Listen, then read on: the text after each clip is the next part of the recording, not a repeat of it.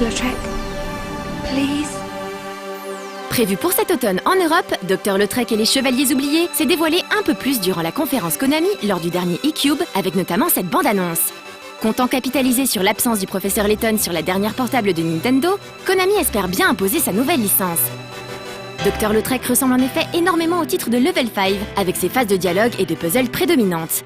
Néanmoins, il compte bien s'en distinguer pour créer une aventure propre, en incorporant à son gameplay des éléments RPG avec notamment des combats au tour par tour. Le professeur Layton n'ayant l'intention de débarquer qu'en fin d'année chez nous, Konami pourrait bien faire mouche avec son nouveau titre.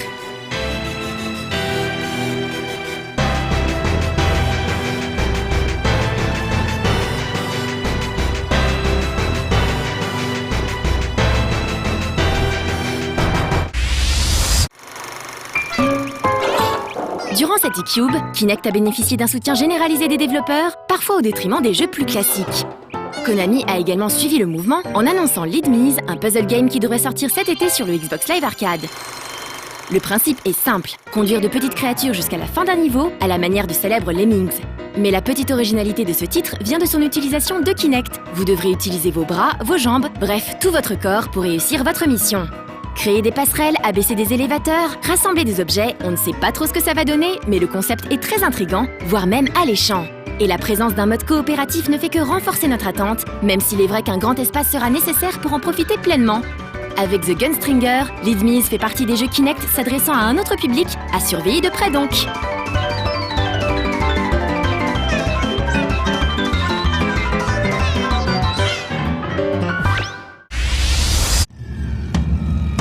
Si vous aimez les simulations d'aviation, vous connaissez certainement Gaijin Entertainment. Ce studio surtout connu pour ses simulateurs aériens comme IL-2 Sturmovik ou Apache Air Assault.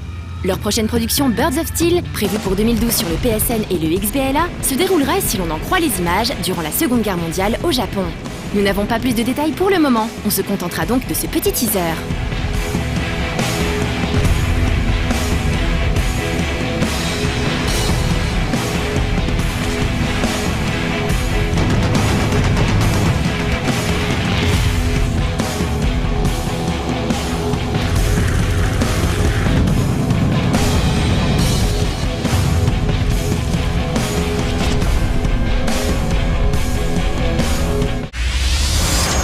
On reste avec Gaijin Entertainment, mais cette fois-ci avec la suite d'un mauvais jeu.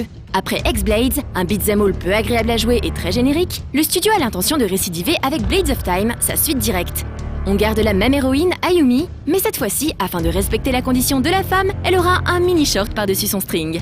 Vous l'aurez compris, nous ne sommes pas fous de joie à l'annonce de Blades of Time, prévue pour le début de l'année prochaine sur PS3 et Xbox 360. Si vous suivez un peu les projets d'étudiants en jeux vidéo, vous avez peut-être entendu parler de Puddle, sorti sur PC. Créé par des élèves de l'Engmin, ce jeu vous demandait de bouger le terrain afin de faire avancer dans les niveaux des fluides divers comme l'eau ou l'huile. Konami a racheté le projet et va sortir à la fin de l'année une version de celui-ci sur le PSN et le XBLA. Puddle Arcade devrait donc être le même jeu que sur PC, mais réadapté sur console. Ça fait plaisir de voir un éditeur japonais s'intéresser à des projets 100% français. Il est bien loin le temps où l'Europe était la 5e roue du carrosse des jeux vidéo. On continue ces news avec du massacre de licences cultes et Frogger 3D. On ne va pas s'éterniser dessus, faisons simple.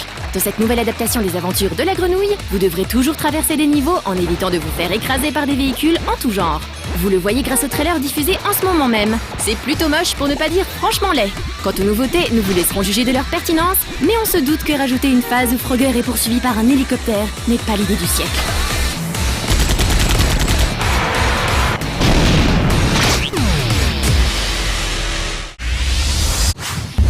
Après avoir recueilli de nombreux épisodes de Dance Dance Revolution, notamment l'épisode Hottest Party 4, formidablement critiqué sur la chaîne, la Wii va se doter d'une nouvelle version de la simulation de danse.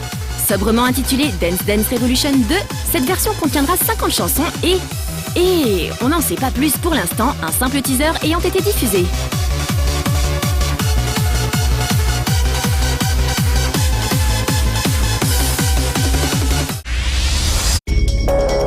Comme chaque année, la série des Pro Evolution Soccer aura le droit à sa nouvelle version, sortant sur tous les supports, même la PS2. Comme d'habitude, on nous promet de meilleures animations, un réalisme accru et un contenu enrichi. On aimerait bien y croire, mais il faut avouer que les dernières versions de la simulation footballistique se sont avérées décevantes. La concurrence va être rude. Une nouvelle version de FIFA va également voir le jour, et contrairement à son homologue japonais, la série d'EA s'améliore chaque année et s'est imposée comme la meilleure licence de jeu de foot. Le duel va donc être sportif cette année, et pour l'instant PES ne part pas favori.